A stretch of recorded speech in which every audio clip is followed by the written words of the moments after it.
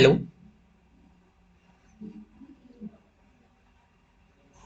Hello. Hi everyone. Voice Audible है सबको? कोई रिएक्शन दे दो एक बार अगर मेरा वॉइस आ रहा हो तो। ओके ठीक है, सेशन स्टार्ट करते हैं। जिसको ज्वाइन करना होगा बीच में ज्वाइन कर लेगा अभी। आई थिंक न्यू ईयर का टाइम चल रहा है इसलिए सारे लोग अभी अवेलेबल नहीं है, ज़्यादातर लोग। ठीक है, मैं स्क्रीन शेयर करता हूँ।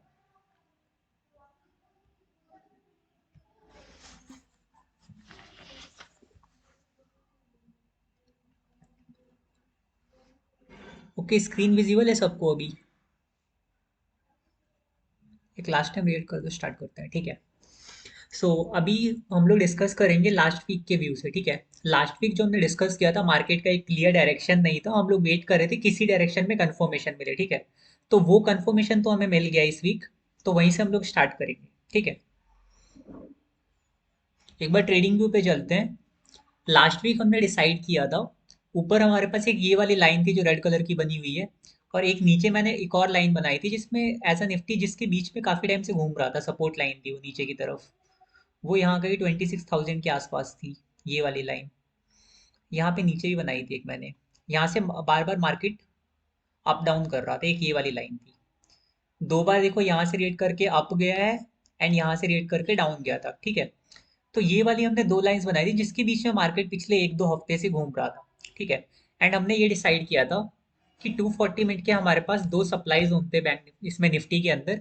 एक तो ये वाला सप्लाई जोन था, एंड नीचे एक ये सप्लाई जोन था। इसको तो मार्केट ने डायरेक्ट से ब्रीच कर दिया। ठीक है। इसका कोई रिएक्शन नहीं आया कुछ खास। बट ये वाला जो सप्लाई जोन था, इसको भी मार्केट ने ब्रीच कर दिया था। बट ये वाला तुम देखोगे ब्रीच करके क्लोजिंग नहीं दे पाया, एंड यहाँ से रिएक्शन आया है। इसका भी मैं रीजन एक्सप्लेन करूंगा सबसे पहले।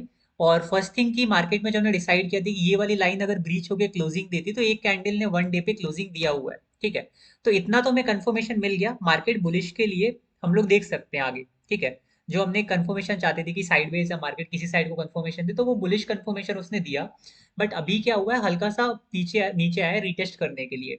आई मीन ये जो गैप में दो हम लोगों ने देखे थे डिमांड जोन्स, 240 मिनट के चार्ट पे, एक तो हमारे पास ये डिमांड जोन था। ठीक है। गैप के साथ बना हुआ था ये स्ट्रक्चर। ठीक है।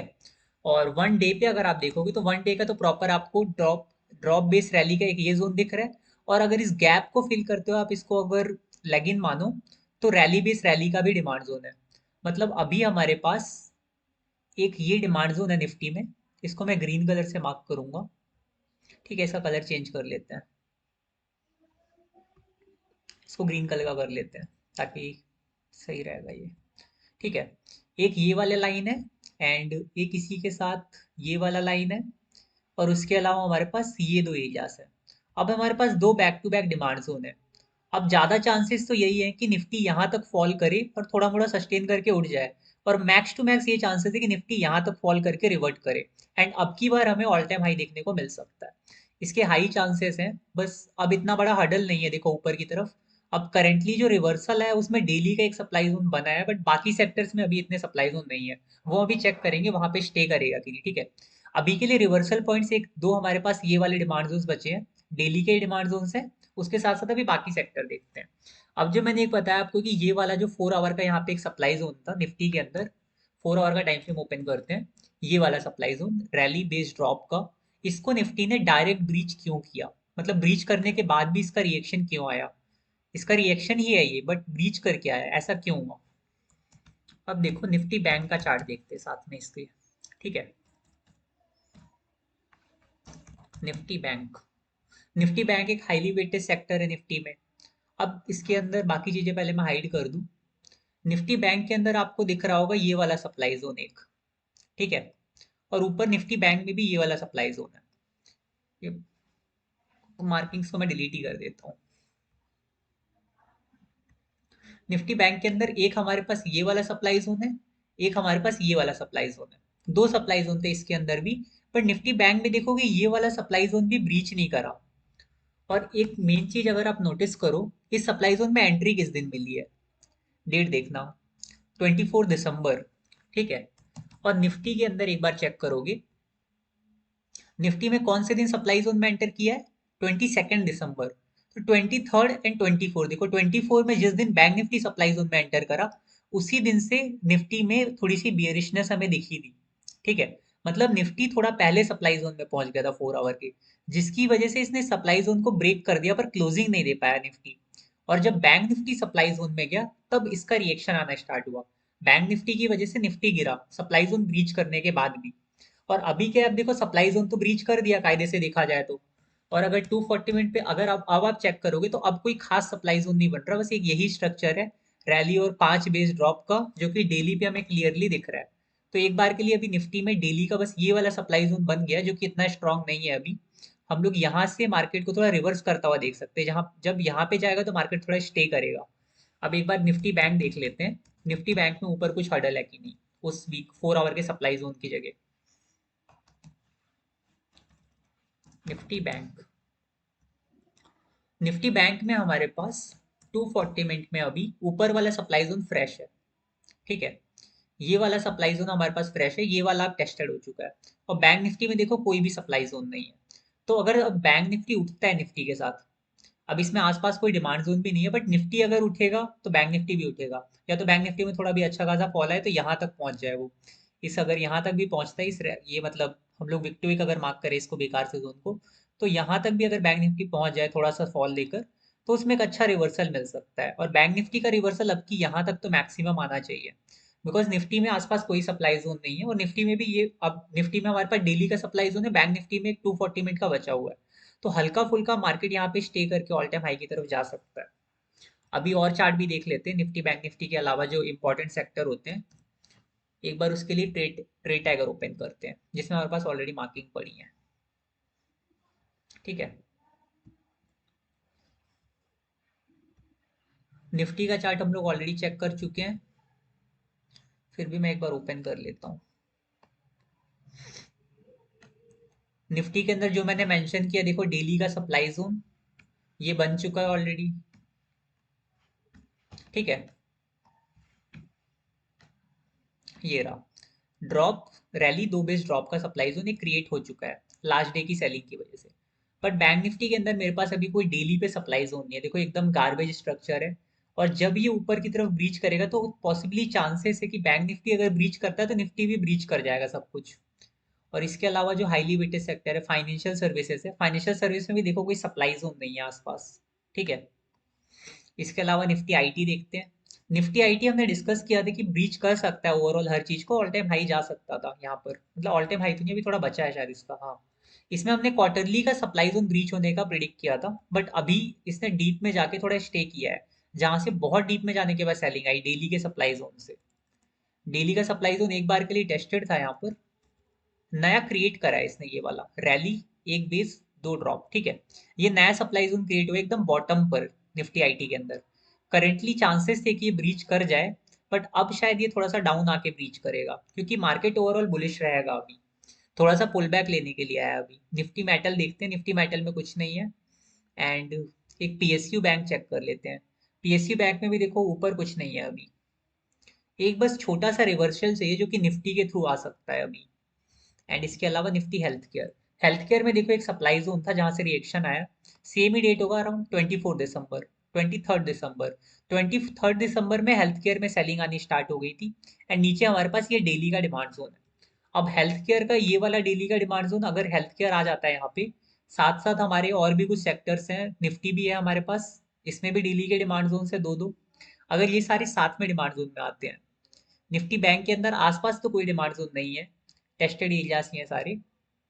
बट निफ्टी आईटी के अंदर कुछ है, निफ्टी आईटी के अंदर कुछ खास स्ट्रक्चर नहीं है आसपास। ओके, सो निफ्टी में हमारे पास एक डेली के डिमांड जोन है दोनों। एंड हमारे पास निफ्टी हेल्थ केयर में है कुछ डिमांड जोन्स, मतलब निफ्टी के सपोर्ट में निफ्टी हेल्थ केयर आ सकता है। ठीक है, इसके अलावा Nifty oil and gases check करेंगे, इसमें कुछ नहीं है आसपास। एंड देन चेक करते हैं निफ्टी फार्मा। निफ्टी फार्मा के अंदर भी वही निफ्टी हेल्थ केयर जैसा डिमांड जोन है। ठीक है, ओवरऑल अगर हम लोग देखें अभी, तो ज्यादा हाई टाइम फ्रेम का कोई सप्लाई जोन है, 240 मिनट का सप्लाई जोन से रिएक्शन आ रहा है, जिसमें निफ्टी का सप्लाई जोन ब्रीच करके आया है और नया सप्लाई जोन निफ्टी ने क्रिएट किया। बट अभी बैक टू बैक हमारे पास दो डिमांड जोन है निफ्टी में।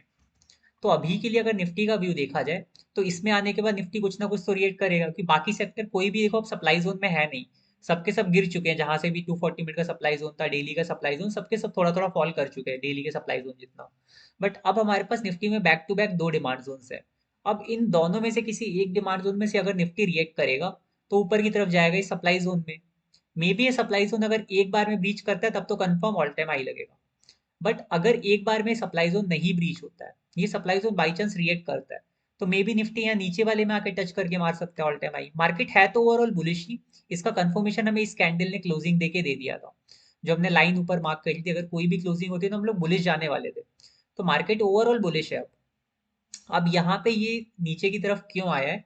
इसका एक तो डिमांड सप्लाई का रीजन तो मैंने आपको दे दिया, बैंक निफ्टी सप्लाई जोन में था, साथ साथ हेल्थ केयर सप्लाई जोन से गिर रहा था, and IT sector supply zone के डीप में था, उसमें कोई छोटे टाइम फ्रेम का सप्लाई जोन नहीं था। ठीक है, ये कुछ सेक्टर्स की वजह से निफ्टी गिरा था। इसके अलावा भी मैं लाइव डेटा देख रहा था ऑप्शंस का, उसमें मेरे को क्लियर इंडिकेशन मिला था कि निफ्टी थोड़ा सा फॉल कर सकता है उसको ब्रेक करने के बाद भी। ये वाला कॉन्सेप्ट शायद मैंने पिछले 2 क्लास पहले मैंने बताया था, वही चीज मैं आपको दिखाने वाला हूँ डेटा अभी। एक बार एनएससी का ऑफिशियल साइट ओपन होने देते हैं। आई थिंक मेरा नेट थोड़ा स्लो है।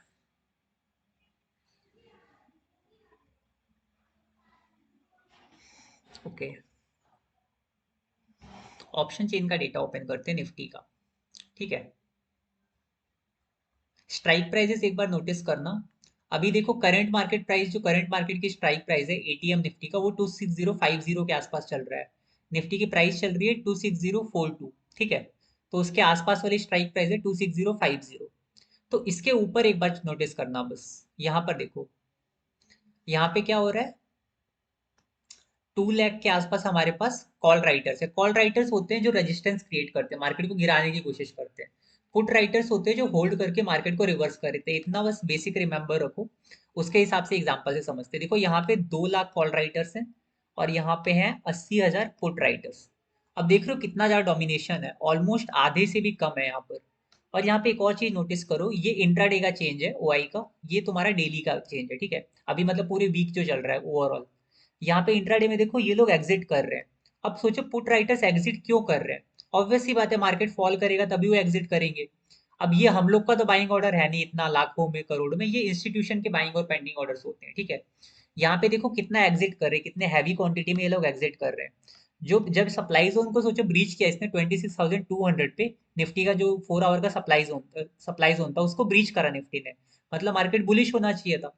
बट यहाँ पे कॉल राइटर्स ना, पुट राइटर्स यहाँ पे देखो एग्जिट कर रहे हैं इस साइड की पोजीशंस को। ठीक है, और कॉल राइटर्स यहाँ पे देखो बढ़ते जा रहे हैं। अब ये चीज मेरे को 2 दिन पहले से मैंने नोटिस करी थी।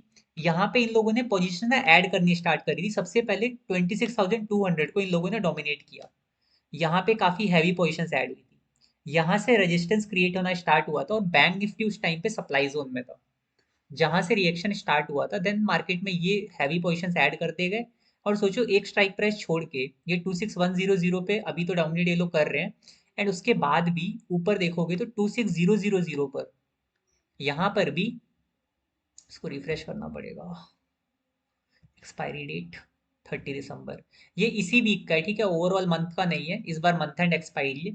तो 30 दिसंबर मतलब ट्यूसडे तक ये चीज चलेगी। ये डेटा सिर्फ और सिर्फ ट्यूसडे तक का है, जो आने वाला ट्यूसडे है। ठीक है, अभी यहाँ पे देखोगे तो 1 लाख इन लोगों ने ऐड किया है 26050 पे, बट देखो एक स्ट्राइक प्राइस छोड़ के इन्होंने ज्यादा पोजीशन ऐड करी है। ये देख रहे हो इन्होंने कितनी ज्यादा पोजीशन यहाँ पे ऐड करी है। ये लोग ना 26,000 वाली पोजीशन को डोमिनेट करना चाह रहे हैं, मतलब ये वाली जो स्ट्राइक प्राइस है 26, निफ्टी ओपन करते हैं। निफ्टी में 26000 वाली पोजीशन, ये वाली, ये जो ग्रीन कैंडल देख रहे हो जहां से रिवर्सल आया है, यहाँ पे ये लोग पोजीशन ऐड कर रहे हैं, मतलब ये मार्केट को नीचे ले जाना चाहते हैं थोड़ा सा भी। पुट राइटर्स मतलब कॉल राइटर्स, अगर नीचे आता है मार्केट तो पक्का ही इनमें से ये डिमांड जोन टेस्ट करेगा। अब ये लेवल देखो कौन सी प्राइस है, 25967। अब देखो इसके आसपास क्या चल रहा है ऑप्शन चेन में, 950। 950 देखोगे तो अभी के लिए कितना स्ट्रॉन्ग रेजिस्टेंस है, तो कितना स्ट्रॉन्ग सपोर्ट है, ये वाली लाइन देखना। अब इधर देखो 75,000 पुट राइटर्स हैं एंड कॉल राइटर्स कितने, ओनली 16,000। अभी भी 950 बहुत स्ट्रांग है। अगर मार्केट गिरता है तो ट्यूसडे तक चलो मैं मान के चलते हैं, हम लोग थोड़ा फॉल भी आता है तो maybe max to max अगर 950 आता है, हमारे पास डेली का एक डिमांड जोन है, साथ में हमारे पास कॉल राइटर्स अगर वहां पे ऐड, पुट राइटर्स अगर वहां पे ऐड होते हैं तो हम लोग समझ सकते हैं मार्केट पक्का यहाँ से रिवर्स करेगा, ये कंफर्म रहेगा। अगर देखो यहाँ पे आता है मार्केट और ये कॉल राइटर्स जो तुम्हारे हैं यहाँ पे, कॉल राइटर्स कम है, कम ही रहेंगे, और पुट राइटर्स यहाँ बढ़ गए, तो समझ जाना मार्केट तुम्हारा वो डिमांड जोन को रिएक्ट करेगा, वहां से ऊपर जाएगा, और चांसेस है निफ्टी का रिवर्सल वहीं से आएगा। या तो ये वाला ट्रेंड कंटिन्यू रहता है, यहाँ पे ये लोग और ऐड करते जाते हैं और ऐड करते जाते हैं, तो क्या पता है ये ऊपर वाला डिमांड जोन ब्रीच करके नीचे वाले से रिएक्शन आए। इन दोनों डिमांड जोन पे बस नोटिस करना तुम्हारा ये ऑप्शन चेन का डेटा क्या कह रहा है। डेटा के साथ लिंक करोगे तो एग्जैक्ट तुम्हें आइडिया लगेगा मार्केट कहाँ से रिवर्स करेगा। अभी इस बार 30 तक तो यही डेटा चलेगा, 30 दिसंबर तक यही डेटा कंटिन्यू रहने वाला है।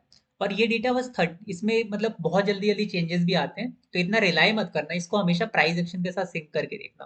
मतलब डिमांड जोन मेरे पास ऑलरेडी है, साथ में मैंने डेटा चेक कर लिया, तो मेरे को आइडिया लग जाएगा कि यहाँ से मार्केट में रिवर्सल आने वाला है कि नहीं। तो अभी क्या होगा, जब यहाँ पे इसको अप्रोच करेगा निफ्टी, इस वाली स्ट्राइक प्राइस को, तो हम लोग चेक करेंगे अगर ओआई डेटा में पुट राइटर्स ऐड होंगे, तो मतलब यहाँ से पक्का सब इसमें सपोर्ट बनेगा, निफ्टी तुम्हें रिवर्स करता हुआ दिखेगा, एंड वापस से मार्केट अपने बुलिश फेज में जाएगा थोड़ा। फिर हमें वेट करना है ऑल टाइम हाई के क्लोजिंग की, वो होने में थोड़ा टाइम लगेगा अभी, इस दिसंबर के मंथ में तो पॉसिबल नहीं है, बहुत रेयर चांसेस है, बिकॉज ट्यूसडे तक तो कॉल राइटर्स डोमिनेट करेंगे ऊपर की स्ट्राइक प्राइसेस को, और एक सप्लाई जोन भी क्रिएटेड है। तो थोड़ा सा वेट करके जनवरी में शायद हमको ऑल टाइम हाई देखने को मिल सकता है मार्केट। ठीक है, ओवरऑल निफ्टी का भी मुझे यही लग रहा है। आई थिंक आपको समझ आया होगा सबको, मैंने थोड़ा शॉर्ट रखा है।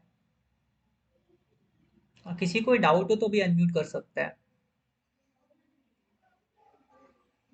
ओके कुणाल, ठीक है। ओके, आई होप सबको समझ आया है। तो कंटिन्यू करते हैं आगे।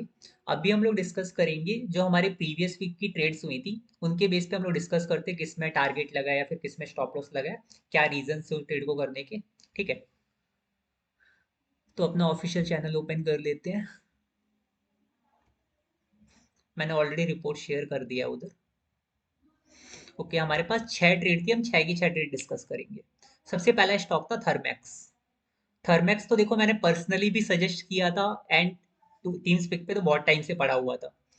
जिस दिन एंट्री मिला था उसके बाद मैंने सजेस्ट किया था, काफी टाइम बाद, एंड रिएक्शन मैंने अभी डाला है। मतलब मैंने भी थोड़ा लेट उठाया था, मैं वेट कर रहा था एंट्री के बाद। मैंने सजेस्ट किया था आपको ये 23 दिसंबर को थर्मैक्स का ट्रेड, ठीक है। और उस टाइम पे सीएमपी चल रहा है 2931, अभी उससे ज़्यादा नहीं उठा है। बट वो जो हम लोग का एंट्री पॉइंट था, जो हमने ऑलरेडी डिसाइड किया था, उससे काफ़ी रिएक्शन आ चुका है। उसको हमें ट्रेडिंग व्यू पे देखना पड़ेगा। शेयर खान पे थर्मेक्स का चार्ट थोड़ा गलत दिखा रहा है। THERMX Thermax. थर्मेक्स में हमारे पास क्वार्टरली इनकम ट्रेड था, ठीक है। सबसे पहले 3 मंथ का ट्रेड देखते हैं। 3 मंथ का क्या, मेरे पास क्लियर रैली बेस रैली का डिमांड जोन है। ये रैली है, एक बड़ी सी base candle, then rally rally, दो रैली है, ठीक है। प्रॉपर 3 मंथ का एक डिमांड जोन है। मंथली में अगर मुझे ट्रेंड चेक करना हो, एक बार मैं ट्रेंड ओपन कर लेता हूँ। इसमें 50 SMA मेरा ये वाला है, बीच वाला, ठीक है। इसमें तुम देखोगे तो ट्रेंड अभी चल रहा है अप। मंथली का ट्रेंड मुझे सपोर्ट कर रहा है, क्वार्टरली का मेरा लोकेशन है, इंटरमीडिएट पे ट्रेंड मैंने कंफर्म किया। 1 वीक पे मेरे पास प्रॉपर एक एग्जीक्यूशन है। अभी मैं ट्रेंड वाला इसको ऑफ कर देता हूँ। 1 वीक पे मेरे पास एक प्रॉपर एग्जीक्यूशन है इसके अंदर। वो मैं एग्जीक्यूशन भी आपको दिखाता हूँ अभी। एग्जीक्यूशन देखो ये है, ड्रॉप, 2 बेस रैली, और अगर आप इसको 3 बेस भी मानते तो भी आपको पहले एंट्री मिल जाती है, अगर 2 बेस भी मान कर चलते तो भी आपको एंट्री मिल जाती, ठीक है। तो proper drop drop 2 base rally rally का स्ट्रक्चर है, एंड यहीं कहीं पे हमने एंट्री रखा और वहां से परफेक्ट रिवर्सल मिला, मतलब परफेक्ट रिवर्सल मिला हम लोग को। एंट्री पॉइंट से उठ रहा है ये स्टॉक, और मैंने सीएमपी पे कहीं यहाँ पे सजेस्ट किया था ब्रेकआउट पे, मतलब करेंट मार्केट प्राइस पे जब ये वाला एरिया ब्रेक कर रहा था, तब ये स्टॉक को मैंने यहीं पे सजेस्ट कर दिया था इस कैंडल के अंदर, क्योंकि मेरे को लग रहा था यहाँ पे जो प्राइस अभी टाइम पास कर रही थी इसको रिएक्ट करने वाली थी ऊपर की तरफ, तब मैंने सजेशन दिया था, ठीक है। इसको हटा देते हैं, इसका नीड नहीं है। ओके, एक और स्टॉक उठाते हैं अगला, थर्मेक्स के बाद। थर्मेक्स के बाद है अपना डीसीबी बैंक। इसके अंदर हमारा WIT था, ये हमने शेर खान में एनालाइज करा हुआ है स्टॉक।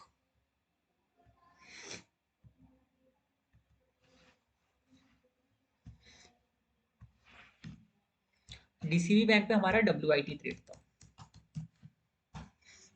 ये भी काफी टाइम से पड़ा हुआ था ये ट्रेड भी टूट पे। वीकली का हमारे पास प्रॉपर एक डिमांड जोन है, रैली बेस रैली का, डेली पे आपको ट्रेंड चेक करना है। डेली का ट्रेंड देखो 50 SMA, ये वाला ग्रीन कलर की जो लाइन है, इसका ट्रेंड अप चल रहा है। डेली पे ट्रेंड आपको सपोर्ट कर रहा है। एंड डिमांड जोन आपका है 240 मिनट का। 240 या 125 मिनट का होगा। ओके, 240 पे शायद कुछ नहीं दिख रहा है। 365 डेज। एक काम करते हैं, इसी सेम ट्रेड को हम लोग ट्रेडिंग व्यू पे देखते हैं, क्योंकि 240 मिनट के चार्ट्स यहाँ इतने अच्छे नहीं दिखते। स्टॉक का नेम है हम लोग का DCB बैंक। वीकली का हमारे पास एक डिमांड जोन है। इसको चार्ट को ओपन होने देते हैं पहले। ओके, 1 वीक का टाइम फ्रेम ओपन करेंगे। वीकली का हमारे पास रैली बेस रैली का डिमांड जोन है, ठीक है। एकदम बॉटम पे अपने पास प्राइस थी। वीकली के साथ साथ डेली पे हम लोग देख लेते हैं। डेली का ट्रेंड हम लोग ऑलरेडी चेक कर चुके हैं, वहां पे शेर खान में अप चल रहा था। यहाँ भी मैं अगर मैं हटाऊं अप ही चल रहा होगा, देखो अप ट्रेंड चल रहा है, ठीक है। आप 7 कैंडल काउंट करके अपना ट्रेडिशनल मेथड लगाना, अप ट्रेंड चल रहा है। एंड उसके बाद देखते हैं 240 मिनट एंड 125 मिनट। 240 मिनट पे कुछ खास नहीं दिख रहा। 125 मिनट पे मेरे पास एग्जीक्यूशन है, वो एग्जीक्यूशन एक बार देख लेते हैं, ठीक है। इसको कट करते हैं पहले। 125 मिनट पे मेरे पास बॉटम पे एक एग्जीक्यूशन था, ये वाला, ठीक है। इस एग्जीक्यूशन पे हमने इस ट्रेड को दिया था, कि बॉटम के एग्जीक्यूशन देखो ज्यादा अच्छे रहते हैं, मतलब वहां से स्टॉक या तो चलेगा या तो ब्रेक कर जाएगा। एंट्री मिलने के बाद थोड़ा सा चला था, फिर थोड़ा सस्टेन कर रहा था, हम लोग वेट कर रहे थे एटलीस्ट 1:1 के ऊपर जाए। यहाँ पे इसने ऑलरेडी 1:1 के ऊपर दे चुका था टारगेट पहले ही दिन। अगर आप अपना स्टॉप लॉस ट्रेलिंग हम लोग का मेथड यूज करते तो आपको पहले दिन ही टारगेट मिलता, आप एग्जिट कर जाते। 1:2 का भी कोई वेट कर रहा था, इसके अंदर 1:2 भी लग चुका है, ठीक है। ये स्टॉक काफी अच्छा रिटर्न दे चुका है ऑलरेडी, मतलब रिएक्शन भी आ चुका है, 1:2 भी हो चुका है इसके अंदर भी। प्लस थर्ड स्टॉक है हम लोग का इक्विटास बैंक। ये स्टॉक तो इतनी बार डिस्कस हुआ है सेशंस में, इसकी मार्किंग भी मेरे पास पड़ी हुई है। इक्विटास बैंक, ये स्टॉक तो जितना अभी फॉलो ट्रेड बना रहा है अभी सारा इसके अंदर चल रहा है। 2 बार हम लोग पर्सनली इसको ट्रेड कर चुके हैं। मंथली का हमारे पास डिमांड जोन था प्रॉपर रैली बेस रैली का। एंड मंथली के सप्लाई जोन से ही रिएक्शन आ रहा था। अब सोचो इसमें बॉटम से मंथली का डिमांड जोन क्यों ही बनाया होगा, इस सप्लाई जोन को ब्रेक करना होगा तभी बनाया होगा ना। सप्लाई जोन से रिएक्ट कर रहा है, बिल्कुल बगल में ही मंथली का डिमांड जोन क्रिएट कर चुका है। इसके बाद अगर तुम वीकली में देखोगे तो वीकली का भी एक डिमांड जोन था इसके अंदर बॉटम पे, वो भी मैं दिखा देता हूँ एक बार। ये ड्रॉप बेस रैली का, ठीक है, फ्रेश डिमांड जोन है, कोई भी रिएक्शन अभी तक नहीं आया था। एंड डेली पे अगर आप चेक करोगे तो आपको वीकली के अंदर कोई एग्जीक्यूशन नहीं मिल रहा था, ठीक है।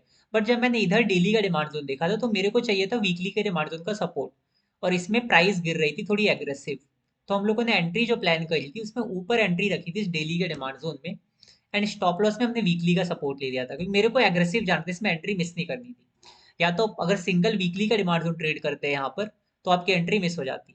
बट हमने डेली के डिमांड जोन में एंट्री रख के प्लान किया था 50% यहाँ पे ऐड करने का एंड 50% यहाँ बॉटम में ऐड करने का। अब 50% ऐड करवा के ट्रेड चल चुकी थी, यहाँ तक इस वाली लाइन तक नहीं आई थी, ठीक है। तो इसके अंदर भी काफी अच्छा रिएक्शन मिल चुका है। जिसको बुक करना वो बुक कर सकता है अगर स्विंग पर्पज से लिया हो। अगर इन्वेस्टमेंट पर्पज से लिया तो होल्ड करके और ऐड करो, थोड़ा मोड़ा एग्जिट करते रहो। ये मतलब थोड़ा सा ऐड करने वाली, मतलब ऐसा स्टॉक है जो कि फॉलो अप में जाएगा अभी आगे की तरफ, ठीक है। और इसमें ऑलरेडी हम लोग पहले भी इसका पूरा प्राइस एक्शन डिस्कस कर चुके हैं। अगला स्टॉक है 63 मून्स। इसके अंदर भी प्रॉपर ट्रेड था एंड इसका रिएक्शन आ चुका है। 63 मून्स, 63 मून्स में देखो वीकली टाइम फ्रेम का सबसे पहले ट्रेड है। इसमें एक प्रॉब्लम थी, इसका डेली का जो ट्रेंड था डाउन था, ठीक है। तो आपके ऊपर इस ट्रेड को आप इग्नोर कर सकते हो, ट्रेंड डाउन बोलकर कोई इशू नहीं है। पर अगर आपको ट्रेंड के ऑपोजिट जाना भी था तो as a quick trade play करो, सिंगल डे आपको जो रिटर्न मिला लेके निकल जाओ, या तो 1:1 पे ट्रेलिंग करो प्रॉपर। और 1:1 इसका हो चुका ऑलरेडी, मतलब इसमें आपको एग्जिट कर लेना चाहिए। एक तो इस ट्रेड में हम लोग को ट्रेंड ऑपोजिट मिल रहा है, तो लंबा होल्डिंग तो हमें करना ही नहीं है ट्रेड के अंदर। 1:1 देखो बहुत आराम से मिल गया, 1:1.50 गई थी ट्रेड। तो as a quick trade play करो, इसको एग्जिट करो। सिंगल डे में 1:1 ना भी मिले तो भी एग्जिट कर दो। अब इसमें ट्रेंड ऑपोजिट है, ये स्टॉक अराउंड अपने ऑल टाइम लो के आसपास था। Yearly half yearly, okay, all time low से उठ रहा है ये स्टॉक। और वीकली पे ट्रेंड हम लोग का डाउन है, वीकली पे भी देखो डाउन ट्रेंड है जिस टाइम फ्रेम का ट्रेड है। एंड डेली पर अपने पास डाउन ट्रेंड है, दोनों जगह डाउन ट्रेंड है। तो ऑब्वियस सी बात है ट्रेड थोड़ी रिस्की है, तो 1:1 बुक करके एग्जिट। ठीक है, इसमें और होल्ड करने की भी कोई ज़रूरत नहीं है, किसी ने होल्ड किया तो C2C कट कर सकते हो अभी अगर आपका होल्ड है तो ये ट्रेड, क्योंकि हम लोग ट्रेंड के ऑपोजिट गए थे। एक ये स्टॉक था प्रीविस्कस, प्रीविस्कल करके, इसमें बहुत अच्छा ट्रेड बनाता हूँ। इसके अंदर भी ट्रेंड का सपोर्ट था हमारे पास। वीकली टाइम फ्रेम का ट्रेड है, रैली बेस रैली का प्रॉपर डिमांड जोन है, वीकली का ट्रेंड भी अप है एंड डेली का भी ट्रेंड हम लोग का अप है। देखो क्लियर ट्रेंड दिख रहा है आपकी तरफ, एंड आप जब भी एंट्री मिली थी आप काउंट करके देखना अप ट्रेंड ही चल रहा था। ऊपर वाले ही डिमांड जोन में टच करते ही रिएक्शन आया 13% का। अब नीचे वाला 50% हमको एग्जीक्यूट करने का टाइम भी नहीं मिला। हम लोग जो अपना लेवल और द लेवल में 50-50 करके ऐड करते हैं, अगर हम लोग स्टैंडर्ड लेवल और द लेवल अभी देखो जो हमने जीटीएफ में पढ़ा ऑलरेडी, लेवल और द लेवल अगर वो यूज करते तो हम लोग एंट्री मिस कर देते। हम लोग की एंट्री क्या होती है उसमें, बीच में एकदम यहाँ पर, राइट। यहाँ एंट्री रखते, यहाँ स्टॉप लॉस रखते, एंट्री हो गई मिस। बट हमने जो लेवल और द लेवल को अपडेट करा अपने हिसाब से, उसमें हमने क्या प्लान किया था, ऊपर वाले डिमांड जोन में हम लोग 50% ऐड करेंगे, नीचे वाले डिमांड जोन में 50% फंड ऐड करेंगे। लाइक अगर इस स्टॉक के अंदर हमारा 30,000 लगाने का प्लान, तो 15,000 ऊपर ऐड होगा, 15,000 नीचे ऐड होगा। ठीक है, 15,000 वैसे हम लोग प्लान करते, 50% क्वांटिटी में हमने 13% मूव इजिली इंजॉय करा। 13% नहीं भी करा तो एज अ क्विक ट्रेड इसके अंदर बहुत अच्छा रिटर्न मिला था। अगले दिन अगर आप देखते हो तो आपको 1:1 बुक करने का मौका भी ना मिलता, आपको सीधा ही 1:2 टारगेट मिलता है, ये जो स्ट्रेट बड़ी सी कैंडल बनी है। फिर आपको शायद 1:3 भी मिल जाता ट्रेलिंग करके। तो ये वाला जो ट्रेड था इसमें आपको 50-50 के हिसाब से बहुत अच्छा रिटर्न मिला होगा, मतलब परसेंटेज वाइज, ऐसे पैसे वाइज तो नहीं, बिकॉज 50% कैपिटल लगा है। ठीक है, अगला स्टॉक है बीडीएल। अब बीडीएल वैसे भी टीम स्पीक में 2-3 बार आ चुका है एंड वापस फ्यूचर में भी शायद आएगा, बिकॉज इसके अंदर जो ट्रेड है क्यूआईटी था, मल्टीपल टाइम आया है, मल्टीपल टाइम चला है। एक दो बार रिएक्शन तो यहीं से बार बार दे रहा था, लेकिन यहाँ पे जब एंट्री मिली, हम लोग का ये बैकअप एंट्री था सबसे पहले, बट ऊपर से 2 बार रिएक्शन दिया था, तो एक बार एग्जिट करके बैकअप एंट्री पे एक और बार बाय करा। डेली का डिमांड जोन था, इसमें मैंने बैकअप एंट्री लिखा भी हुआ था पहले। ऊपर हम लोग के पास वीकली का डिमांड जोन था ये वाला, रैली बेस रैली का, इसमें इसने 2-3 बार रिएक्शन दिया, इसी के अंदर रह गया, देन बाद में ब्रेक करके यहाँ आया बैकअप एंट्री पे। डेली पे हमारे पास ये एक एंट्री थी, यहाँ पे प्राइस अभी आई है, और यहीं से देखो डेली के बैकअप एंट्री से चल गया है, और यहाँ से आराम से आपको 14% रिएक्शन ये दिखा चुका है। अब जिन्होंने यहाँ बाई किया था उनके लिए 14% रिएक्शन में बेच देना भी ज्यादा बेटर ऑप्शन था, क्योंकि अभी करंटली डेली के सप्लाई जोन में है प्राइस, रैली बेस्ड ड्रॉप के सप्लाई जोन में। ठीक है, यहाँ पे सप्लाई जोन है जहाँ से रिएक्शन अभी आ रहा है। अब क्या है कि क्वार्टरली के जोन से चल रहा है, तो अगर आपको होल्ड भी करना है स्टॉक को तो आप होल्ड कर सकते हो, बट मेन जो होल्डिंग का पर्पस होगा मेरा यहाँ से होगा ही। ये अगर वीकली के एकदम बॉटम से चलता है तब मैं होल्डिंग लॉन्ग के लिए करूंगा, वरना अभी मैं थोड़ा बुक करके चलूंगा। अब अभी अगर बीडीएल का चार्ट देखोगे तो वीकली का देखो नया सप्लाई जोन बन चुका है, मैंने चार्ट अभी अपडेट नहीं किया था इसका, ये वाला सप्लाई जोन है। ठीक है, वीकली का अपने पास प्रॉपर सप्लाई जोन क्रिएट हो चुका है। अब उस वीकली के सप्लाई जोन में प्राइस जा चुकी है, डेली के डिमांड जोन से चली है, तो डेली के सामने अपने पास वीकली का सप्लाई जोन है, तो अपने को बुक करके एग्जिट कर लेना चाहिए। अगर ऊपर जाएगा तो जाएगा, कोई दिक्कत नहीं है, बट नहीं जाएगा तो हमको एटलीस्ट अपना प्रॉफिट लेके निकल जाना चाहिए। अब ये भी अपने पास डेली का भी सप्लाई जोन है, वीकली का भी सप्लाई जोन है, अच्छा खासा टारगेट हम लोग का हो गया है। और लास्ट जो कैंडल रेड बनी है वो सप्लाई जोन से ही रेट करके बनी है। ठीक है, तो उस हिसाब से हम लोग का अगर देखा जाए तो बीडीएल के अंदर भी ठीक ठाक रिटर्न मिल चुका है। 1:1 से तो इसके अंदर भी काफी ज्यादा है, और अगर आप स्टॉप लॉस ट्रेलिंग भी करते तो भी आप 1:2 इसमें आराम से निकाल सकते थे। ठीक है, मैं आपको दिखा भी देता हूँ। सबसे पहले टारगेट रखते हैं यहाँ पे। ठीक है, 1:1 पे पहला टारगेट रखेंगे हम लोग, जो कि इसके अंदर अभी नहीं हुआ, अभी भी नहीं हुआ। ओके, यहाँ तक नहीं हुआ, यहाँ तक देखो 1:1 हो गया, तो ये आपका टारगेट हो गया। और इसके बाद हम लोग करेंगे ऊपर, 1:2 आपका टारगेट होगा, 1:1 आपका स्टॉप लॉस होगा। ठीक है, 1:1.83 गया है, तो अभी आपने बुक नहीं किया होगा इसको, बट जिसने बुक नहीं भी किया है, वीकली का सप्लाई जोन टच हो गया, 1:1.83 पे इसको एग्जिट कर दो। ठीक है, अब हमको वेट करना पड़ेगा, नीचे की तरफ आएगा तो अच्छी बात है, या तो जिसने अगर इन्वेस्टमेंट पर्पज से खरीदा हो नीचे और ऐड कर लेना, यहाँ पे होल्ड रख लो। अगर यहीं से निकल गया तो आपको मिस नहीं होना चाहिए एटलीस्ट। और 1:889 तक होल्ड करो, कोई दिक्कत नहीं है, बट 1:8802 तक पहले होल्ड करना, देन 1:189, 1:898 तक, देन 1:995 तक, वो कई सारे डेली के सप्लाई जोन है इसमें। ठीक है, बाकी मेन एंट्री हम लोग जो इन्वेस्टमेंट वाली रखेंगे वो यहाँ पे रखेंगे बीडीएल में। डिफेंस सेक्टर के हिसाब से देख लेंगे उस टाइम सेक्टर क्या चल रहा है, देन इसको होल्ड करेंगे। बीडीएल में मल्टीपल एंट्री पॉइंट्स है, आगे भी चल के आपको मिलेगा ये स्टॉक। ठीक है, तो ये सारे स्टॉक्स थे जो लास्ट वीक गए थे, जितने भी स्टॉक्स आए थे सब में कुछ ना कुछ अच्छा ही रिएक्शन चल रहा है अभी। ठीक है, जिन जिन में एंट्री मिला था। तो हम लोग का जो टीम्स पिक है, उन्होंने अभी लास्ट वीक टीम्स पिक में जितने स्टॉक आए सबने सही परफॉर्म किया, एंड इससे पिछले वीक भी ठीक रिएक्शन आया था। अब इसका रीजन क्या है कि निफ्टी तुम्हारा 2 वीक से थोड़ा सा साइडवेज चल रहा है, या तो हल्का सा बुलिश है। ठीक है, डाउन ट्रेंड में हमको अवॉइड करना है वीकली इनकम ट्रेड को। अभी अगर निफ्टी का व्यू देखोगे तो निफ्टी इतना डाउन ट्रेंड में है ही नहीं। निफ्टी जब से ऊपर गया था, ये देखो यहाँ से वीकली का टाइम फ्रेम का चार्ट ओपन किया है मैंने, ये जो पिछले कुछ वीक से ट्रेंड चल रहा है, ये कहीं ना कहीं अभी मार्केट में अप डाउन करके बस कैंडल्स को वहीं पे सस्टेन करके रखा है, ना मार्केट गिर रहा है ना मार्केट उठ रहा है। अब जो टाइम है इससे इसमें अभी मेन चीज क्या हो रही है कि रिटेलर्स को बाहर किया जा रहा है। मे बी ऐसे चांसेस हैं कि रिटेलर्स को बाहर किया जा रहा है मार्केट से, दिखाकर कि मार्केट के अंदर ऑल टाइम हाई पे सस्टेन करने की अभी हिम्मत नहीं है, ऐसा दिखाया जा रहा है बस। बट चांसेस हाई है, अगर मार्केट ऑल टाइम हाई जाता है वीकली टाइम फ्रेम का, कोई भी ट्रेड अगर सस्टेन करता है, मतलब कोई भी कैंडल एक ऑल टाइम हाई के ऊपर क्लोजिंग दे दे, ऐसी ग्रीन कैंडल कोई भी हो, ऐसी ग्रीन कैंडल हो जो क्लोजिंग दे, तब मार्केट पक्का कुछ टाइम ऑल टाइम हाई पे सस्टेन करेगा। ठीक है, अब इसमें होने में आपका जनवरी का पूरा मंथ जा सकता है, या फिर जनवरी में स्टार्टिंग में हो जाए, बट दिसंबर में तो पॉसिबल नहीं है। 3-4 दिन और बचे हैं, वो भी सस्टेन ही करेगा ये, कहीं ना कहीं। ठीक है, अभी हमने टीम स्पीक भी डिस्कस कर लिया है, अपना निफ्टी का भी व्यू डिस्कस कर लिया है। अभी तक डाउट है किसी को कोई, यहाँ तक के सेशन में? आज सूर्य ने, इसलिए मुझे बार बार बैक आना पड़ रहा है। आप लोग रिएक्ट कर सकते हैं अगर सब कुछ क्लियर है तो, आगे कंटिन्यू करते हैं। ओके ठीक है, एक ही रिएक्शन आया है सबको, बाकी क्लियर नहीं है क्या किसी को? ओके ठीक है। ओके आगे कंटिन्यू करते हैं। मेरे को अभी दो स्टॉक्स डिस्कस करते हैं जो हम लोगों ने डाला था।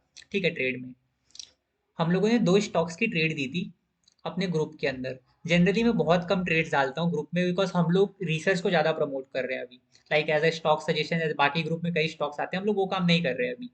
मैं उस चीज़ को थोड़ा अवॉइड करता हूँ। ऑटोजोनेस उसके लिए ऑलरेडी बना हुआ है जिसमें सारी ट्रेड्स हम लोग की जाती हैं। तो यहाँ पर हमने पर्सनली दो स्टॉक्स डाले थे, एक आईसीआईसीआई एएमसी डाले थे। ये मैं अभी डिस्कस नहीं करूंगा, बिकॉज ये स्टॉक करेंटली सिर्फ और सिर्फ फंडामेंटल के बेस पे दिया था, एंड आईपीओ की लिस्टिंग के बेस पे दिया है। वो चीज़ मैंने पढ़ाई भी नहीं है, तो मेरा डिस्कस करने का कोई मतलब नहीं है। जो स्टॉक हमने डाले थे वो थे जेनेसिस और थर्मैक्स।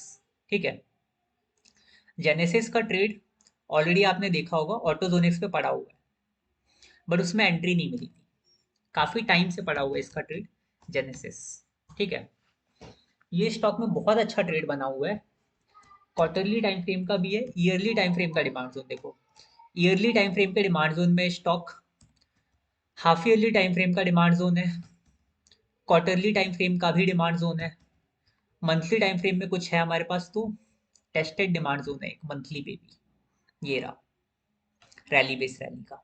ठीक है, ये एरिया टेस्टेड है, इसको हम येलो कर देते हैं ताकि इसमें थोड़ा फर्क रहे नॉर्मल डिमांड जोन से। ठीक है, मंथली के अलावा वीकली देखते हैं। वीकली में हमारे पास कोई खास सप्लाई जोन यहाँ पे नहीं है, ये भी टेस्टेड है, ये भी टेस्टेड है, ये भी टेस्टेड है। ऊपर भी देखोगे तो वीकली पे भी टेस्टेड है, यहाँ पे भी टेस्टेड है, ऊपर तक, यहाँ तक तो मेरे पे कुछ नहीं है। ये भी बहुत खास सप्लाई जोन थी, बट यहाँ तक कुछ नहीं है मेरे पास अभी। ठीक है, प्लस ईयरली पे भी कोई सप्लाई जोन नहीं है, हाफ ईयरली पे भी कोई सप्लाई जोन नहीं है, क्वार्टरली पे भी मेरे पास कुछ खास नहीं है यहाँ तक एटलीस्ट। समथिंग 647 तक ये वाला एरिया भी उतना खास नहीं है, बिकॉज ये वाली कैंडल उतनी अच्छी नहीं है। प्लस ये भी विक टू विक टेस्टेड है अभी के लिए। और अगर मंथली पे चेक करोगे तो मंथली पे भी देखोगे तो कोई यहाँ पे सप्लाई जोन खास बना नहीं है, ऊपर भी नहीं बना, टॉप तक एटलीस्ट 600-700 तक मुझे कुछ खास नहीं दिख रहा अभी यहाँ पे, जिसमें मार्केट में रोकने के लिए कुछ हो।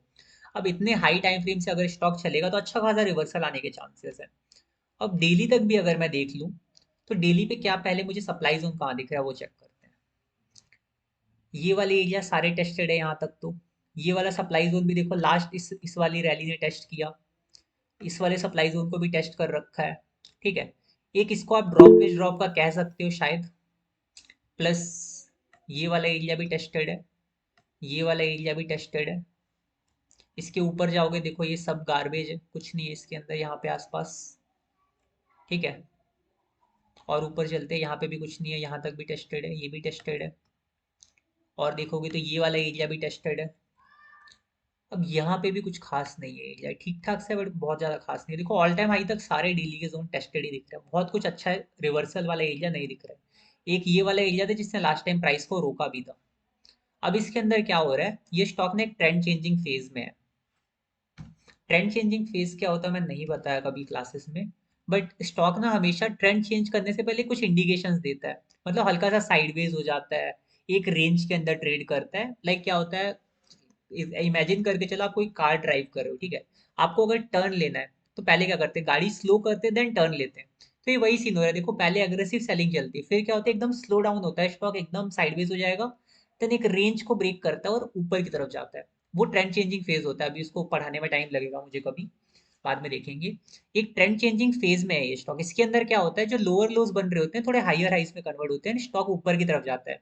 अब इतने बड़े टाइम फ्रेम के डिमांड जोन थे, मेरा एक्सपेक्टेशन था सबसे पहले इसके अंदर कि प्रॉपर एंट्री मिल जाए, ठीक है। प्रॉपर एंट्री इसकी यहाँ पर थी, डेली का डिमांड जोन था, quarterly, half yearly, weekly, monthly, सब कुछ सपोर्ट में, ठीक है। कुछ भी ऐसा नहीं जो बचा हो, वीकली मंथली का नहीं है, बाकी बड़े बड़े सारे टाइम फ्रेम है।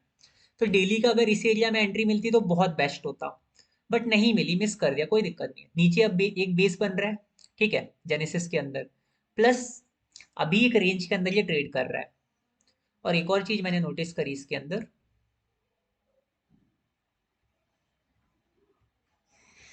एक बार आरएसआई ले लेते हैं। आई थिंक आरएसआई का डाइवर्जेंस भी देखने को मिले थे इसमें हम लोग को। जेनेसिस का चार्ट ओपन करते हैं, ये रहा।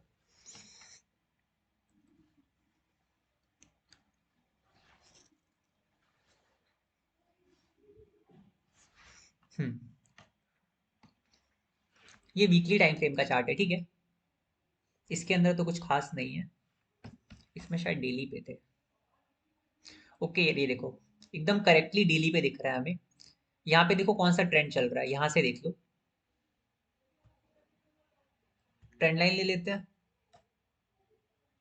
डाउन है, कंप्लीटली डाउन है। अब इधर देखो, यहाँ से अप जा रहा है एकदम, और ये तो कंप्लीट डाइवर्ट ही गया, यहाँ से लेके यहाँ तक देखो डाउन था, यहाँ से लेके यहाँ तक अप जा रहा है। इसका मतलब क्या है, प्राइस में जो सेलर्स का प्रेशर था ऑलरेडी काफी कम हो चुका है। मतलब वो होता है ना गाड़ी की स्पीड जो स्लो करने की बात करी मैंने, वो हो चुका है इसके अंदर, वो रिवर्सल ले रहा है अब ये स्टॉक। अब इसको मैं सीएमपी पे पकड़ने के लिए प्लान कर रहा था, ठीक है। सीएमपी पे हमने इसको पकड़ा, इसका कुछ रीजन भी था। अब सीएमपी पे मैंने इसको क्यों उठाया, अगर आप करंट मार्केट प्राइस पे कोई स्टॉक उठा रहे हो तो हमेशा डर होता है कि लॉन्ग टर्म थोड़ा सा करना है, 2-3 महीने होल्ड करना है, तो कुछ ना कुछ तो फेवर में होना चाहिए। तो मैंने इसके लिए इसका फंडामेंटल डेटा चेक किया। फंडामेंटल चेक किया तो मतलब स्टॉक फंसेगा तो नहीं आगे चल के, फंसेगा भी तो निकल जाएगा, ऐसा डर नहीं रहता कि एकदम 4 साल 5 साल 10 आके रखना है, 2-3 महीने में निकलना है स्टॉक में हम लोग को। स्टॉप लॉस भी आप रख सकते हो, कोई दिक्कत नहीं है। एक बार ओपन हो जाए, ठीक है, चलो लॉइड्स मेटल का खुल गया, चेंज कर लेंगे यहाँ पे। हमको चाहिए जेनेसिस का, ठीक है। जेनेसिस का इसमें अगर तुम देखोगे फंडामेंटल्स में, इसका जो लास्ट ईयर का ईपीएस था, ये कंपनी के ग्रोथ का बताता है, देखो थोड़ा सा इंक्रीज हुआ है, स्लाइटली इंक्रीज हुआ है, ठीक है। आरओई करके एक रेशियो होता है, ये भी हम लोग के कंपनी के ग्रोथ से रिलेटेड है, रिटर्न कितना दिया उसने इक्विटी पे, इससे रिलेटेड होता है, ठीक है। और इसमें टैक्स इंक्लूड नहीं होते हैं। तो इसमें 7% था, 10% हो गया। इसमें आरओसी में तुम्हारे टैक्स वगैरह भी इंक्लूड होते हैं, इसका रेशियो थोड़ा ज्यादा होता है आरओई से। तो इसमें 10% से 15% हुआ, ये सारे रेशियोज इंक्रीज हुए, ठीक है। प्लस 0.21 इसका इक्विटी टू डेप्थ रेशियो है। अगर किसी का कंपनी का 1 से ज्यादा है तो मतलब कंपनी डेप्थ में है, उसके ऊपर मतलब उधारी बहुत है, तो मुश्किल है कि कंपनी बहुत ग्रो करेगी, पहले उसको उधारी भी कम करनी है, वो सब भी करना है, बहुत रीजंस होते हैं, ठीक है। तो इक्विटी डेप्थ रेशियो का 0.21 तो अच्छा है। पीजी इसका माइनस में, पीएजी माइनस में कुछ खास पता नहीं चलता इससे हमें। अगर 1 के ऊपर है तो बेकार है, या फिर मतलब 1 के ऊपर अगर है तो इंडस्ट्री का हमें चेक करना पड़ता है, तो वो पीजी को भी अवॉइड करते हैं। अगर 0 से 1 के नीचे बीच में होता तो अच्छा होता, पर माइनस में कोई दिक्कत नहीं है, ठीक है, छोड़ सकते हैं, इग्नोर करते हैं इस रेशियो को। बाकी सारे रेशियो मेरे फेवर कर रहे हैं, ठीक है। इसके अलावा मैंने एक चीज आपको बताई थी क्लासेस में ही, मतलब सेशन जो हम लोग लेते हैं, इसमें ये जो लाइन मीडियन वाली है, इसमें देखो मीडियन लाइन तुम्हारी 75 की है। अभी कहाँ चल रहा है, 30 वैल्यू चल रही है इसकी करेंटली, पर मीडियन को इसने टच नहीं करा, तो मतलब ऊपर की तरफ ये मीडियन के आसपास जा सकती है, ठीक है। पीई के अलावा हमारे पास एक और होता है प्राइस टू बुक वैल्यू, ठीक है। प्राइस टू बुक वैल्यू देखो कितना चल रहा है, 2.7, मीडियन कितना है 4.9, तो मीडियन को टच करने जा सकती है, राइट। एंड हमने 5 ईयर का डेटा चेक करा। अब प्रोज में इसमें कुछ नहीं, कॉन्सिक्वेंसेज इसके अंदर लिखे हैं। अब ये कुछ थोड़ा सा गलत डेटा आता है, एआई से बनता है कभी कभी। Stock is trading at 2.6% book value, ये इंट्रिंसिक वैल्यू के हिसाब से दिया, इसकी कोई दिक्कत नहीं है। Companies repeated profits but not paying dividend, देखो ये भी कोई बेकार रेशियो नहीं है, कंपनी डिविडेंड नहीं दे रही, प्रॉफिट कर रही है, ये कोई बेकार रेशियो नहीं है। अब इसमें इसने गलतियों में लिख दिया कंपनी के उस चीज को। Low return on equity 7% over 3 year. अब एक चीज नोटिस करो, इसने लिखा कंपनी का रिटर्न ऑन इक्विटी 7% है, बट अगर आपने नोटिस किया हो 3 ईयर्स का चलो 7% है, बट अभी कितना चल रहा है इस ईयर का 10%, मतलब कंपनी ने एवरेज जो 3 साल का चल रहा है उससे बढ़ा है ये पॉजिटिव चीज है कंपनी के लिए। बट यहाँ पे इसमें कॉन्सिक्वेंसेस में लिखा है, तो इस पर ट्रस्ट कभी मत करना, अपने हिसाब से रेशियोज देखो। इसमें एक और लिखा है देखो, company has high debtors 261 days. अब इसमें डेप्थ के बारे में भी लिखा है, बट कंपनी का 0.21 है डेप्थ रेशियो, मतलब डेप्थ में नहीं है कंपनी कुछ खास, इसको भी इसने निगेटिव में दिया है। अब प्रमोटर होल्डिंग लिखा है माइनस हुई है 9%, चलो ये थोड़ा निगेटिव फैक्टर है कि 9% प्रमोटर ने 3 साल में कम किया है। बट हम अभी करंट देखेंगे क्या चल रहा है, ठीक है। थोड़े कुछ और रेशियोज देख लेते हैं। यहाँ पे देखो ये भी बढ़ रहा है, कंपनी के जो प्रॉफिट्स हैं वो भी बढ़ रहे हैं, परसेंटेज देखोगे प्रॉफिट का वो भी बढ़ रहा है, मार्जिन का। इंटरेस्ट भी कंपनी का बढ़ रहा है, एंड डिप्रिसिएशन भी बढ़ रहा है, एंड प्रॉफिट भी देखोगे तो रिसेंटली ग्रो ही करा है, ठीक है। इसके अलावा आप जो भी देखोगे टैक्सेस भी कंपनी पे कर रही है बराबर यहाँ पे, एंड प्लस नेट प्रॉफिट देखोगे तो वो भी इंक्रीज हो रहा है पिछले 4 क्वार्टर से। एंड यहाँ पे ईपीएस की बात करें तो अभी करेंटली 14 चल रहा है इस टाइम पे, ये भी बढ़ रहा है, ठीक है। डिविडेंड कंपनी थोड़ा कम देती है, जिसको निगेटिव फैक्टर में लिखा हुआ है उन लोगों ने भी, पर वो निगेटिव फैक्टर नहीं होता किसी भी कंपनी का। अब एक और चीज नोटिस करो, रिजर्व्स बढ़ रहे हैं, इसका मतलब कंपनी कभी बंद होती है तो उसके पास पे करने के लिए सफिशिएंट रिसोर्सेस हैं। बोरोइंग्स कंपनी की है वो भी बढ़ रही हैं। इक्विटी कैपिटल भी देखो बढ़ा है थोड़ा सा, एंड अदर लाइबिलिटीज भी बढ़ी हैं, एंड ऊपर वो टोटल लाइबिलिटीज भी देखो इंक्रीज हो रही है, ठीक है। सारी चीजें इसमें हमें इंक्रीजिंग फेज में दिख रही है, यहाँ पे ये भी इंक्रीजिंग है, सारी चीजें चेक भी नहीं करनी, तो जो जो चेक करनी सारी इंक्रीज हो रही है। एंड टोटल एसेट भी कंपनी के बढ़ रहे हैं, ये सारी चीजें अच्छी हैं कंपनी के लिए, ठीक है। कैश फ्लो देखोगे तो कैश फ्लो स्टेटमेंट थोड़ी सी मिक्स्ड है, बीच में माइनस वैल्यू आ गई है, लास्ट में भी माइनस वैल्यू आ गई, कोई दिक्कत नहीं है उतना। एंड इसके अलावा देखते हैं ये प्रमोटर होल्डिंग। अब प्रमोटर होल्डिंग एक थोड़ा सा इशू हो सकता है, 40% प्रमोटर थे, अभी 10% प्रमोटर कम हो गए। अगर इस वाले फैक्टर को इग्नोर किया जाए तो इसके फंडामेंटल ठीक ठाक है, बेकार फंडामेंटल्स नहीं। ग्रोइंग फेज में मतलब पीएनएल शीट वगैरह सब कुछ सही है, रेशियोज ठीक ठाक है। तो इतना चेक करके हमने मतलब प्लान किया रेशियोज चेक करके। अगर हमें बहुत ज्यादा लॉन्ग टर्म देखना होता तो हम लोग क्वालिटेटिव एनालिसिस करते हैं, जो लास्ट मैंने फंडामेंटल्स का वीडियो बनाया उसमें पढ़ाया क्वालिटेटिव एनालिसिस। वो हम यहाँ पे अबाउट में जाके चीजें चेक करते हैं, अगर हमें 5 6 साल 6 साल 7 साल के लिए प्लान करना होता। बट हमें 3 4 महीने के लिए प्लान करना है, इसलिए हम लोग ये रेशियोज देख के डिसाइड कर रहे हैं, ठीक है। जेनेसिस के सारे रेशियोज मुझे सपोर्ट कर रहे हैं, प्लस चार्ट हमने ऑलरेडी देखा कहाँ से चल रहा है, डाइवर्जेंस भी मिल गया हमको, ठीक है। ये सारी चीजें देखकर हमने प्लान किया, जेनेसिस हमको अच्छा लग रहा है, ठीक है। और सीएमपी पे देखने की भी कुछ टेक्निक्स होती है, उनके बेस पे हमने डिसाइड किया कि कब ये स्टॉक हमें पिक करना है। देन थर्मेक्स, थर्मेक्स भी हम लोग का सेम था। थर्मेक्स का तो अभी मैंने रिसेंटली आपको दिखाया, प्रॉपर क्वार्टरली टाइम फ्रेम के जोन से चल रहा है, बॉटम में भी आप पिक कर सकते हैं, क्वार्टरली और वीकली कॉन्साइडिंग जोन से चल रहा है। तो प्राइस एक्शन तो उधर डिस्कस करने की जरूरत नहीं है, फिर भी एक बार चार्ट देख लेते हैं। अब इसके अंदर भी देखो यहाँ पे क्या दिख रहा है तुमको, यहाँ पे दिख रहा है डाउन ट्रेंड दिख रहा है, इस इन दोनों फेज में डाउन था। बट इसके अंदर ये देखो अप जाएगा, हल्का से अप की तरफ है। इधर तुमको दिख रहा है प्रॉपर डाउन है, ठीक है। इधर तुमको दिख रहा है अप की तरफ, स्लाइटली अप है। इसका मतलब यहाँ पे भी आरएसआई डाइवर्जेंस थे। और ऐसा क्यों हुआ, इसके पीछे का रीजन देखो, यहाँ से लेकर यहाँ तक इसने कितना ज्यादा गैप दिया, यहाँ भी कितना ज्यादा गैप था। बट यहाँ से यहाँ तक ये गैप कम हुआ है, धीरे धीरे करके ना वो जो गैप है इन दोनों के बीच का कम होते जा रहा है। मतलब सेलिंग प्रेशर जो है कम होता जा रहा है, मतलब आरएसआई डाइवर्जेंस डेफिनेटली यहाँ देखने को मिलेंगे, और यहाँ पे भी मिले।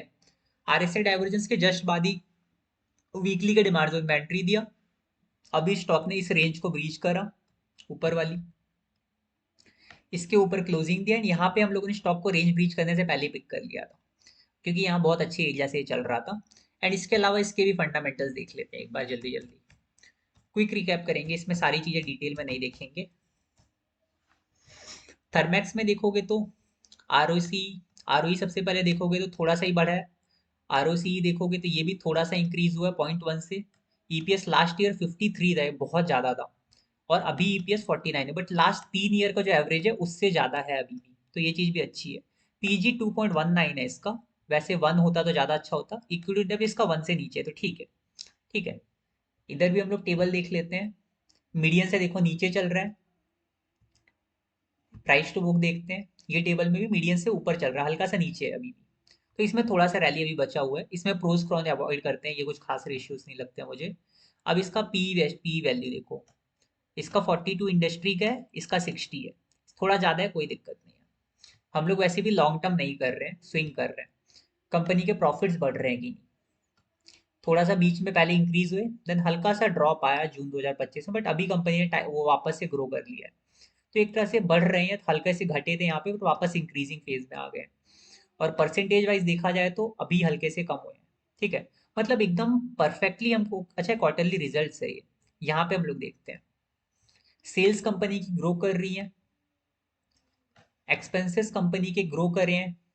ठीक है। ऑपरेटिंग प्रॉफिट बढ़ा है, ये भी परसेंटेज इंक्रीज हुआ। ऑपरेटिंग प्रॉफिट का मार्जिन जो होता है। अदर इनकम तुम लोग का इंक्रीज हुआ है। ठीक है। ये हल्का सा बीच में डिक्रीज हुआ था, यहाँ पे ज्यादा राइज हो गया था, बट अभी करंट फेजिंग में इंक्रीज हुआ है। ठीक है। एंड इंटरेस्ट भी हल्का सा इंक्रीज हुआ है। इसके अलावा आपका प्रॉफिट बिफोर टैक्स, ये प्रॉफिट बिफोर टैक्स होता है, टैक्स पे करने से पहले का प्रॉफिट है ये आपका। एंड ये भी आपका इंक्रीज हुआ है। पर नेट प्रॉफिट देखोगे तो ये भी आपका इंक्रीज ही हो रहा है। इतना सोचो कंपनी ने टैक्स पे किया है, बहुत टैक्सेस लगते हैं गवर्नमेंट में हमारे यहाँ। इसके अलावा देखोगे तो ईपीएस का भी ग्रोथ हुआ है। करेंटली लास्ट में जो मैंने बताया आपको, लास्ट ईयर से थोड़ा सा गिरा है, कोई दिक्कत नहीं है, बट ग्रोइंग फेज में था काफी टाइम से। ठीक है। इसके अलावा रिजर्व देखोगे वो भी कंपनी के बढ़े हैं। ये सारी चीजें देखो ठीक ठाक है, इसके रेशियोज भी सेम जो मैंने उधर डिस्कस किया वही चीज तुम्हें इधर देखनी है। इसका कैश फ्लो बल्कि थोड़ा सा अच्छा है उससे, उसका एक माइनस है, इसमें कंप्लीटली कैश फ्लो भी इसका अच्छा है। ठीक है।